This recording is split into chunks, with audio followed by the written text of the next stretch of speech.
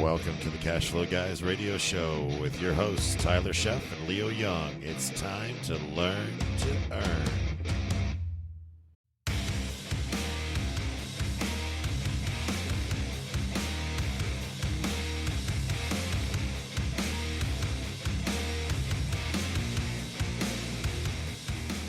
Welcome to the CashFlow Guys radio show. In today's episode, ladies and gentlemen, we're going to be talking about the CashFlow game, how Tyler and I use the CashFlow game to get folks educated on real estate, financial services, networking, and above all, finding their investor identity. Stay tuned. Leo and Tyler coming up next.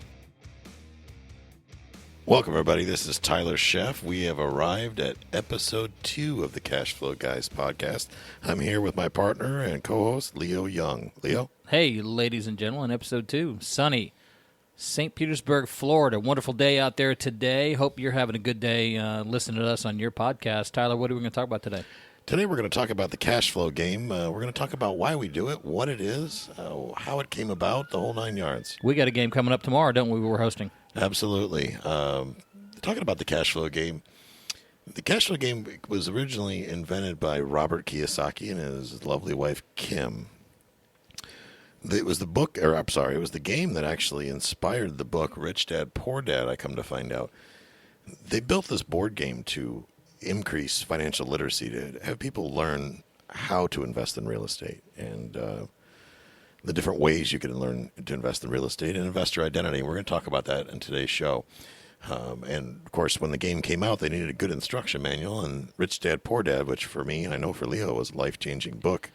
That's how Rich Dad, Poor Dad was born. Oh, if you all out here that are listening to the podcast have not read the book Rich Dad, Poor Dad, you can audio stream it onto your Kindle. You can buy I like to buy the hard copy, me personally, because I write notes in the margins, and that's one of my annual rereads. I have several books that I reread once a year and kind of dive back into it. I know Tyler and I refer and will be referring to this book in future episodes of the podcast, but that book and the board game kind of go hand in hand. And real quick for the listeners out there, most people haven't heard of the board game, CashFlow board game, and you think board game. Tell them a little bit about kind of what inspired it, and the big thing, folks, if you're listening, think about Monopoly. Remember playing Monopoly as a kids? You know, with the little greenhouse and the red hotels? It's like that, but imagine it more applicable to real life. And that's really kind of what we're talking about. It's a great, great board game. We use it as an instructional tool, Tyler and I. Absolutely. What I love about the game is the different elements of real estate and just general investing and personal finance that you learn. You know, I even to this day, my wife and I, Jill, we still use the income statement as our normal way of checking our math and checking our finances, knowing where we are from month to month. And, every time that passive income column stays the same for more than 1 month, and my wife gives me a silly look, and I got to go out and buy another cash flowing asset. You better get to work. Yeah, it definitely keeps me accountable. But it's a great teaching tool. Investing overall, putting your money to work instead of you working for it. That's a huge takeaway that I got from it. And a lot of our players get from it as well. And the most interesting transition that I see in players is when they start to understand the concept of wholesaling in the game. People trip over opportunities every day, and until they come to the game, most of them don't realize how they can monetize those opportunities, and wholesaling is a great venue for that. That's 100% right. It's kind of funny. We have to, especially for new players, we have to stop them a lot. For example, if they draw a small deal card, and a little bit later on in the show, folks, we'll go over some of these small deals, big deals, kind of how to play the game. But they pull a card, and let's say it's a small deal, and the small deal may say it's a 3-bed, 2-bath house, the rents are this, it sells for that kind of thing. Well, they will immediately think, do I want to buy it, or do I not want to buy it? And that's pretty natural. That's what people do in real life. Do I want this investment? Do the numbers make sense, or do I not want it? But here's what they leave out. They can wholesale that. Wholesaling is basically middlemaning that, taking that opportunity that you have that you may not want, and then selling the opportunity to somebody else in the game that may want it, that may fit their financial profile better than it fits yours. Right, Tyler? Absolutely, absolutely. Wholesale transactions come into play a lot of times when you're out negotiating, and you may find a deal that while you're negotiating, you can't quite get it to where you would want it to be or to make sense for your investing numbers. I'm very conservative by nature as an investor. I needed to get to certain price points and certain cash-on-cash returns, and if I can't get there, but I can still negotiate a good deal or a great deal for most people, then, I'll go ahead and put that under contract and see if I can reassign that contract to somebody else who can make that, it'll be a home run for them. It just doesn't necessarily fit my investor identity. Absolutely. It's important to look at opportunities as opportunities. They may not be just a monoline buy and sell. Just like out in the real world, you might be able to move that investment to somebody where it makes a lot more sense. Who knows? Absolutely. And we'll talk a little bit about stocks and bonds. To me, it's another very important tool in the game. And what you'll hear Leo and I say over and over again in the cash flow game is use what you have to get what you need to accomplish what you want. We got to put that on T-shirts at some point. Well, we can't because I stole that from Peter Fortunato. That's his thing. That's Fortunato's? So, yeah, that's Pete Fortunato's. And a shout out to Pete. And thank you for teaching me that. I took his paper course last year, and it was a life-changing experience. He's a great educator and a brilliant investor. And when he said that to me, nothing more has ever rung more true, honestly. It's I'm going to say it again for those of you that didn't catch it the first time. You use what you have. Okay, we'll stop right there for a second. Use what you have. You have an idea. You have your brain. You have thoughts. You have a deal opportunity. You have negotiating skills. Or you just have money to get what you need. And you determine what it is that you need. I need a duplex because I want cash flowing income. I want positive cash flow. So you figure out a way to get a deal and using what you have, your negotiating skills, let's say, to lock down that duplex to get what you need, to get what you want. Think about that for a second. Yeah. What I want is not to have to punch a clock every day. And that's exactly what, like you and Leo, you and I especially, that's exactly what we've done is we don't have to punch that clock anymore. That's kind of the point. So examining first, where you need to be. Do you want to leave your job? Do you want to start a new career? Do you want to be a full-time investor? Do you just want supplemental income? Are you not a network marketing kind of person? Does real estate make a little better sense? And the game kind of starts with that to figure out your investor identity and being able to find those deals, determine what they're worth to you and what you want, and then using your skill sets, your ability to raise money, bring money to the table. Maybe you're a handyman, so it's sweat equity kind of stuff. Whatever that may be, but right. Using what you have to get what you need to get what you want. I mean, that's the name of the game. In the cash flow game and in real life, stocks and indexed investments are a great tool to build your cash reserves so that you can take advantage of certain investment opportunities. And a good example of that is in the game we say MYT for you stocks. I'm going to buy it today at $1, and I'm going to buy 1,000 shares at $1 a share. That's $1,000. I've got, $2,500 in cash sitting on the table in front of me.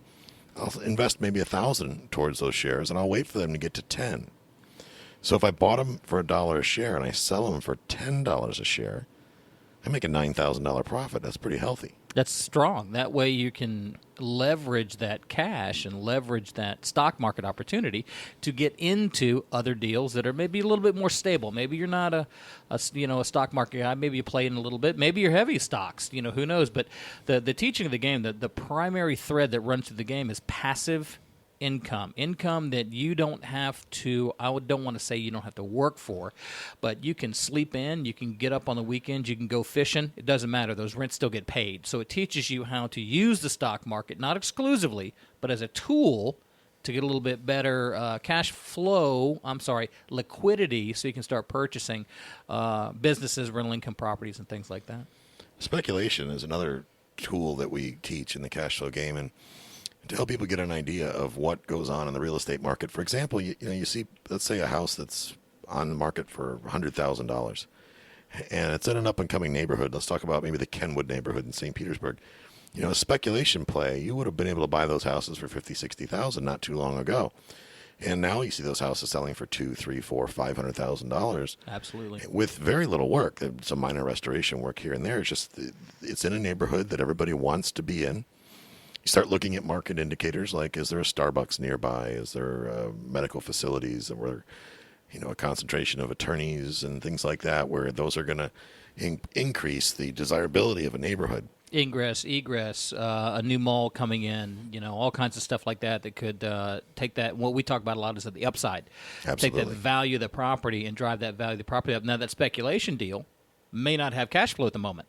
Absolutely not. I mean, in some cases, you'll see deal cards come up that the cash flow on that is a negative $100. And a lot of players go, I don't want that because I'm going to lose $100 a month. And the question I ask him is, how much did you put into the deal? Well, the down payment says 0, or it says, I don't know, $1,000, something like that. So it's going to cost you $100 a month. And in the purpose of the game, that's a payday to hold on to this opportunity. So your holding costs, something that a rehabber does by nature, is they have holding costs. They buy a piece of real estate and they have a period of time where they have to renovate it, reposition it, and then flip it to the end user. That replicates real life, and they, a lot of missed opportunities. So we try to walk people through those opportunities so they can see different perspectives, different views on each opportunity as it comes up. You get out of the comfort zone just a little bit, and folks will get stuck in, okay, I just want to buy rental houses, whatever. Well, let's look at everything and do the math. And when we come back from break, folks, we're going to talk a little bit more about using math and not using money. Stay tuned. We're the CashFlow Guys. Future Home Realty is a proud sponsor of the CashFlow Guys podcast. Our philosophy is to provide our agents with the best education in the industry, matched with an aggressive compensation plan that makes sense for you. Future home agents make more because they keep more, a lot more. If you are a licensed agent and you're trapped by a compensation plan that is not in your favor, give us a call at 727-417-9696. That's 727-417-9696. Today is the day to take control of your career and your checkbook. Welcome back to episode 2 of the CashFlow Guys podcast. And I just wanted to give you a little bit of information. If you have questions about what we're doing, what we're saying, want to learn more about the CashFlow game, or reach out to myself, this Tyler, or Leo, you can always reach us via our website at CashFlowGuys.com. We got some pretty good educational videos, and we're constantly adding new content, new information to that website to educate the public. A little bit of consumer advocacy going on. We're going to have links to some of our sponsors and industry partners on there as well. So if you want to know who the CashFlow Guys deal with on a regular basis, kind of get an idea of who we are, what we do, and who we trust, there's a good place to get it, CashFlowGuys.com. So at this point, we're going to talk about what's in it for you. What's in it for the player? When you come to the CashFlow game, what's in it? That's always kind of the thing. And inevitably, when somebody comes for the first time to the CashFlow games, they're terrified. They're scared. They don't quite know what it's about. It's not really super mainstream. There's not a lot of information. That's why we've dedicated this podcast to explaining, what it is and how we use it. In fact, we had some folks come several months back, and they thought they were coming to a network marketing event, and they, it's going, no, and just, and it's hard to explain that in content. So it's a little easier on a podcast, or you'll have some videos that are on our website actually where they're going over deals, and it's actually shot during games, so you can see exactly what it looks like in action. But they get really, they're kind of overwhelmed. And boy, when they walk out, they come in scared and they walk out excited. They walk out fired up. Absolutely. That's our job. The reason why we're doing this is we want to educate people. And we, when we're out there buying real estate for ourselves or for other people, because as you heard in episode 1, we are both licensed real estate agents, and Leo, of course, is is in the insurance industry as well. The best client, the best customer we can have as practitioners are educated ones. So we're not necessarily there to earn your business, so to speak. We want to educate you and just make things easier, make the transactions and the transition into real estate investing or into the retail side of things, buying and selling a house. We're going to talk about doing some seminars coming up, or first-time buyer programs and home buyer assistance and home sellers. And we want to educate the marketplace. That's what we do best, and creating that safe zone. And Leo, I want you to talk a little bit about the safe zone that we created our games and the importance there. Yeah, actually, to that point, the one thing that we stress, and it's an understood theme through each one of the games that we run, is it's a safe zone for new people to come to, and of course, for the people that show up consistently, it's a safe zone for them too. Meaning, this is not a place to sell your goods and services. We have lenders that come and participate in the games. We have real estate agents. We've got regular business owners, normal, regular folks, folks of all walks of life. This is not a sales venue. There are other network marketing events that I've attended and, hosted for that very reason. You get 5 minutes, pitch your product, pitch your service, sit down, network, go from there. That's not what this is. This is a learning environment wrapped around a fun, interactive board game. And my education is actually in education. And Tyler, I'm going to hand it back to you in just a second, talk a little bit about the cone of learning and Bloom's taxonomy and stuff like that, some educational models that we have driven our lesson plans. And I don't want it to sound like it's some kind of a big college course or anything like that. It's not that. It's fun. It's interactive. Yeah, far from it. And it's very, very hands-on. But when you're in the act of learning and doing at the same time, your level of retention is significantly higher. Absolutely. Yeah, that brings me to the explanation of the cone of learning. And, I can explain it audibly, but it's better to come see it live at the game and just to see how it works. And, think of the cone of learning as a pyramid. And an inverted pyramid rather, and we retain after 2 weeks, and researchers have studied this, we retain only about 10% of what we see and about 20% of what we hear. But about 90% of what we see, hear, and do, and do being the key word, taking that forward action, actually doing it, counting out the money, doing the income statement, breaking down the deals, analyzing the deals. These are actions that are used to help keep that information fresh. And that's why people keep coming back. And at least that's what they're telling us. They keep coming back because they get to practice. They get to negotiate as they would on the street, but in a safe environment to where they really can't make any mistakes. They can't get hurt. Yeah, you're not using your own money. You're Absolutely. Not using family money, any of that. You're using Robert Kiyosaki's play money that we, divvy out during the games. And if you're listening to this podcast, think back to a teacher that you had in college, high school, or whatever, your favorite teacher. I will bet you that they were highly interactive. They use what we call in education a multidisciplinary system, which means you're engaged in doing something, tactile learning. You're moving, you're standing up, you're writing, you're listening, you're participating, small group, large group.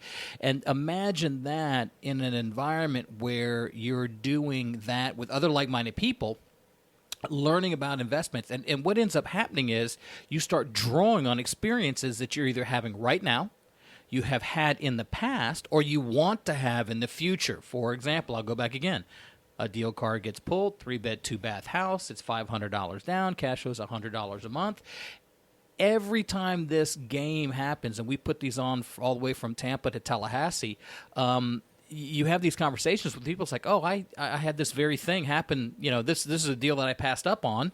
Absolutely. 2 years ago, or Absolutely. This is exactly what I'm looking for, or whatever. So you get to really practice. And of course, as the game's going on, we're teaching individually, not just as a group, but individually, working with these folks and learning more about how to structure that deal to make it right for them. And it's a great way, a real safe way to do that, to really learn by doing. Absolutely.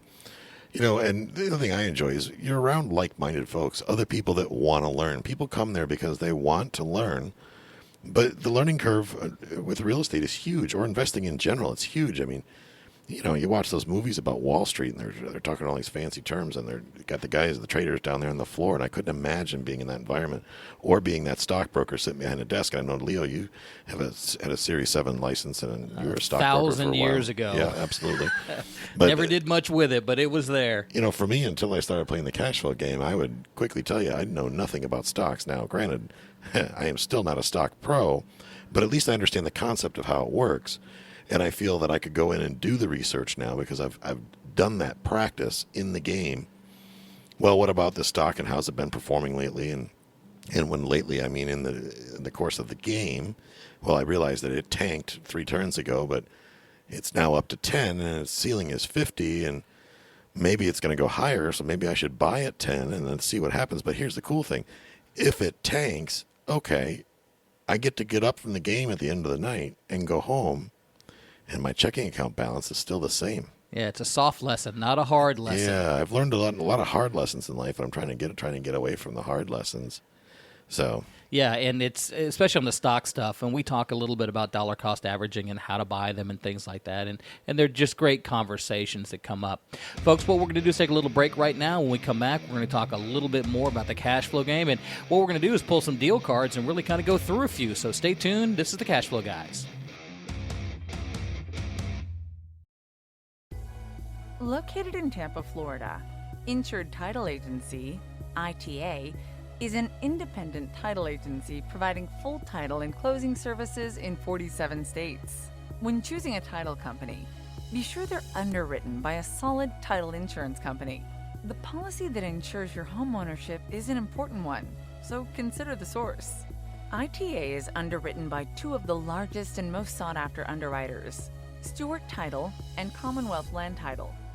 ITA has been underwritten by both of these companies since our inception in 2006. Every client who chooses ITA does so because of our excellent service, rather than because they were steered in our direction because of an ownership interest or some other shady agreement. We're absolutely confident that our clients see the difference every time they work with us. When you're ready to close your next real estate transaction, give Insured Title a call at 813-855-3585. Welcome back, ladies and gentlemen. Cashflow Guys podcast. Tyler Sheff is my partner. I'm Leo Young.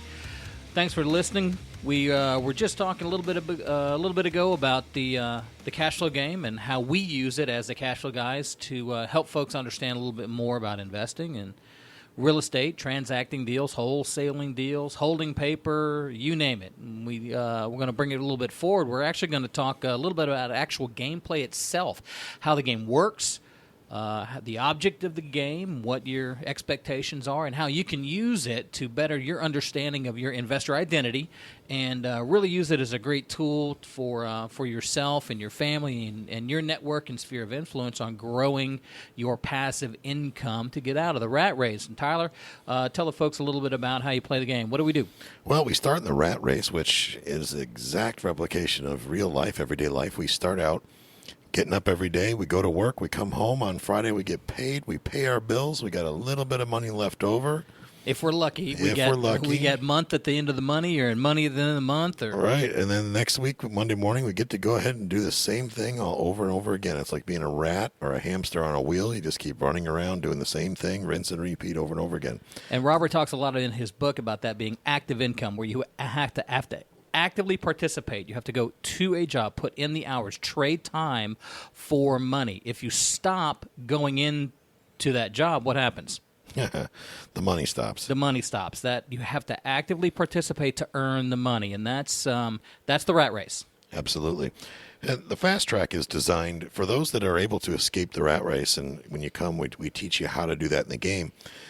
And you do that by building your passive income, something that probably 95% or 99% of Americans do not have. We teach you how to build passive income that comes in organically. You don't have to work for it until the point it exceeds your expenses. And once that happens, you enter into the fast track. The fast track is designed to show how the wealthy live and play. And I know a lot of people go, oh, the wealthy, all they do is, they steal from the poor and this, that, and the other. But, that's usually said by people who aren't wealthy. Yeah. My broke brother-in-law will tell you how to make $1 million. Absolutely. And probably does his own taxes as well. Yeah. But anyway, the fast track is set up to replicate accredited investors. And, accreditation came out in, I believe it was the 30s. The government decided that they wanted to protect Americans by limiting certain types of investments, riskier investments from the average person, to protect them. And I see their point. To be an accredited investor, I'll sidebar for just a second. Your net worth income needs to be at $250,000 a year if single, or $300,000 a year if married or greater, and your net worth needs to exceed $1 million. And that basically means that once you've been accredited, you can invest in some of the stuff that's a little riskier, like larger businesses and IPOs and oil and gas futures, things like that. That's where your Donald Trumps of the world and, well, Robert Kiyosaki, that's where he plays. Yeah, absolutely. Riskier moves, but the profit margins are through the roof. So on the fast track, you'll get the opportunity to experience that. That's the cool thing about it. And that has a lot to do with buying businesses, investing in businesses, and things like infomercials and TV media, advanced insurance investments and things like that, insurance and financial-backed investments. And then we go on to the financial statement, which Leo, being our financial analyst of the group here, we're going to have Leo talk about the financial statement and how that's important. Yeah, and as the game is played, folks, it's real simple now. Remember, this is an environment where you're also learning. You're not just playing a game. It's not cartoony. We make it fun. But the idea is to get out of the rat race and get into that accredited investor area we call the fast track. And in order to do so, you need to think like an accredited investor while you're in the rat race. You need to think like you are wealthy. And those guys that are accredited investors, write this down. They think in math. They don't think in money. They think in math, not money. Money makes people funny. Money makes you do things that are kind of silly. If you think in math, you get a better chance. And the way we teach people about that is their financial statement. So when you come to the game, sit down, pick a piece. You get a card that's your profession: doctor, lawyer, bus driver, janitor. And that has financial information that you'll transfer onto an 8.5 by 11 sheet of paper that's income and all kinds of stuff like that. And that's your financial statement, your personal financial statement. And we work from that to build that passive income to get you out of the rat race. It seems a little tedious at first, but it is very important because we got to work in math and we can't think in money. That's the big thing. So what we're going to do is transition right now. Tyler, we got some cards out here. Let's do some cards for the folks. Let's talk about those doodads. What's a doodad? Doodads used to be my favorite thing in the world, and well, actually they still are my favorite thing in the world. I just don't buy them as often, or at least now when I do, I've got a cash flowing asset to pay for them. Well, we know the impact of them. Well, yeah, and that's my wife's rule. If I buy a doodad, I first have to go find a cash flowing asset to pay for it. So somebody else better be paying for it. Yeah, I've been a believer in, I had a big fancy truck and I sold that, and because I got tired of making payments, and I bought a little used car and didn't have any payments, paid cash for it, and been nursing it along for a while because I'm not a big believer in car payments. And now my car is acting up, and my wife's like, looks like someone needs to go buy an apartment building. You better go buy an Aplex. But getting back to the subject, doodads are things that come up in everyday life. Some of them are impulse purchases, and some of them are just the necessities that you can't get around. I've got 2 doodad cards here in front of me. One of them is like repaint a house. In the game, repaint your house. It's required. Let's say code enforcement comes by and says, you can't have peeling paint on your house. I can't talk today. Cost you $600. So if in the game, you would have to fess up $600 to pay to have your house painted. And you're rolling dice. You're going around the rat race, Absolutely. collecting paychecks, and landing on spaces where you pull different cards. Doodad cards are things you have to pay for. Absolutely. I've got another one here that says car needs tires. That's close for me. I got new tires, but I need a couple other things on my car, which I'm just going to go ahead and buy an apartment building that'll make those car payments for me, so I don't have to worry about it. There you go. But market cards is the next thing I want to cover real quick, and I want to have Leo, I want you to talk about the market cards and what that means to the players when they pull those. Yeah, you get different cards out here. The blue ones are the market cards, and we love it when the market cards comes up because that usually indicates that the market is shifting, and most of the time in the game, the way it's designed is it's shifting in a positive manner. I'm going to read you a couple right here. A Plex buyer. Obviously, duplex all the way to 8plex, quadruplex, whatever. Plex buyer is offered $35,000 per unit. And I'm not going to read everything, but if someone lands, if Tyler's rolling and his piece lands on a market card, it's pulled for the entire board to play off of. So if you have a couple of quadruplexes or whatever, you've got a buyer in that will pay you for those plexes if you want to sell. Here's another one. A builder wants land. So some of the speculation deals, which we talked about in this podcast about speculating on some deals, there's instances where it'll come up to buy raw land, and some people want it, some people don't, and this market card comes up where a builder wants to buy the land. to develop into a subdivision. He's going to pay you a lot of money for it. Small business improves. Here's another one. Small business you founded won an industry award for its product innovation. So when this card comes up, if you own a small business, you get to change that business and gain that windfall, or that be able to sell it, or whatever the case may be on that market card. These don't come up quite as much as small deals and big deals. Those come up a lot. Now, Tyler's got over on his side of the table there some big deal cards. Tyler, take the folks through some big deals. Big deals are my favorite. Big deals are just that. Deals that generally start with a down payment above $5,000. For the more sophisticated investors, people that have more cash in the game laying around, they're still in the rat race, of course, but they're going to use these bigger deals to get out faster. So here's an example. In the game, we're going to have an 8-plex. Professional person urgently needs cash to save the partnership. 8-plex sale to raise capital. Good opportunity for the right person. Uses yourself or sell to other players. 64% ROI. Return on investment. Investment, absolutely. The may sell from between $200,000 to $280,000. And what's important here is the cost on the deal is $160,000.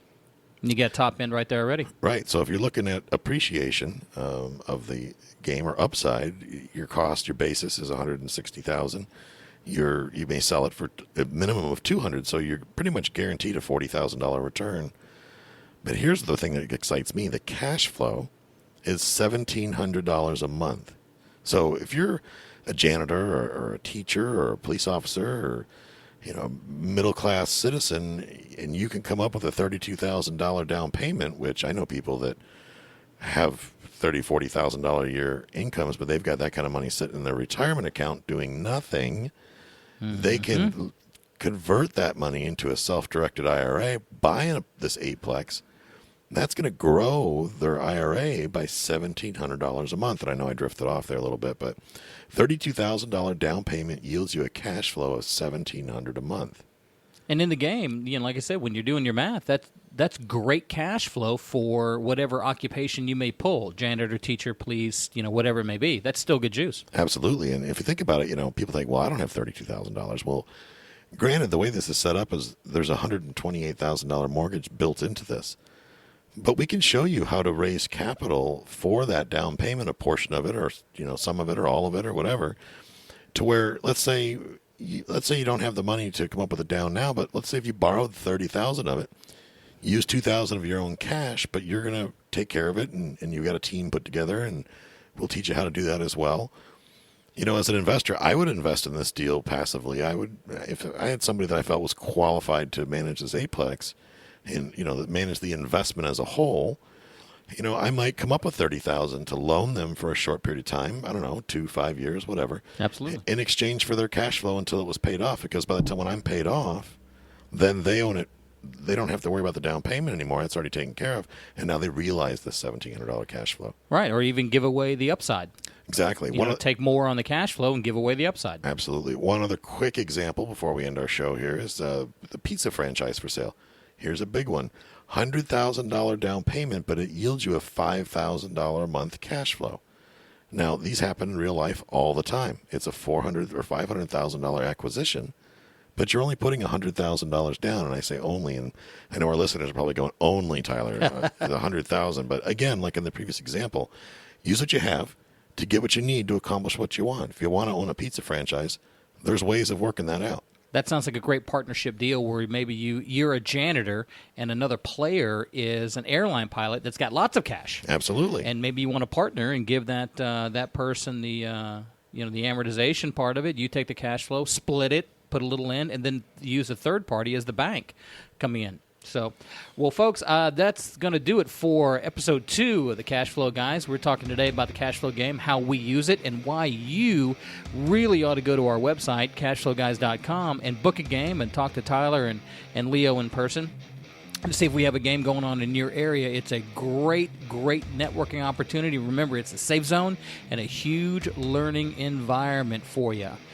Hopefully you tune in to our next podcast. This is Leo Young and Tyler Sheff. We are the CashFlow Guys.